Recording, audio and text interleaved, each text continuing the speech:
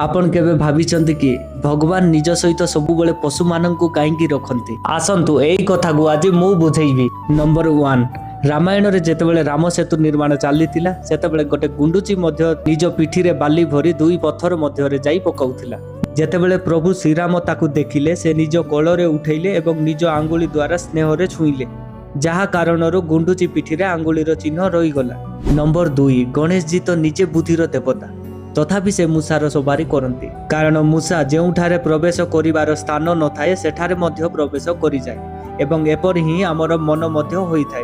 तेणु जदि आपणकर बुद्धि सच अछि तो आपणकर इच्छा मध्य शुद्ध ही होई थाए। नंबर 3, दुर्गा माँ सिंह उपरे काहेकि सवारी हुअंती? कारण सिंह होउची भयर राजा एवं दुर्गा माँ भय उपरे मध्य निजर राजत्व करिथान्ते। एथिरु से आमको शिक्षा दियंती जे भयरु पळाओ नाही, बरं भय को निजर साथी बनाओ। कौन आपण एक कथा जानी थिले? कमेंट रे जणांतु एवं वीडियो टी को गोटे छोटिया लाइक एंड सब्सक्राइब करि दियंतु।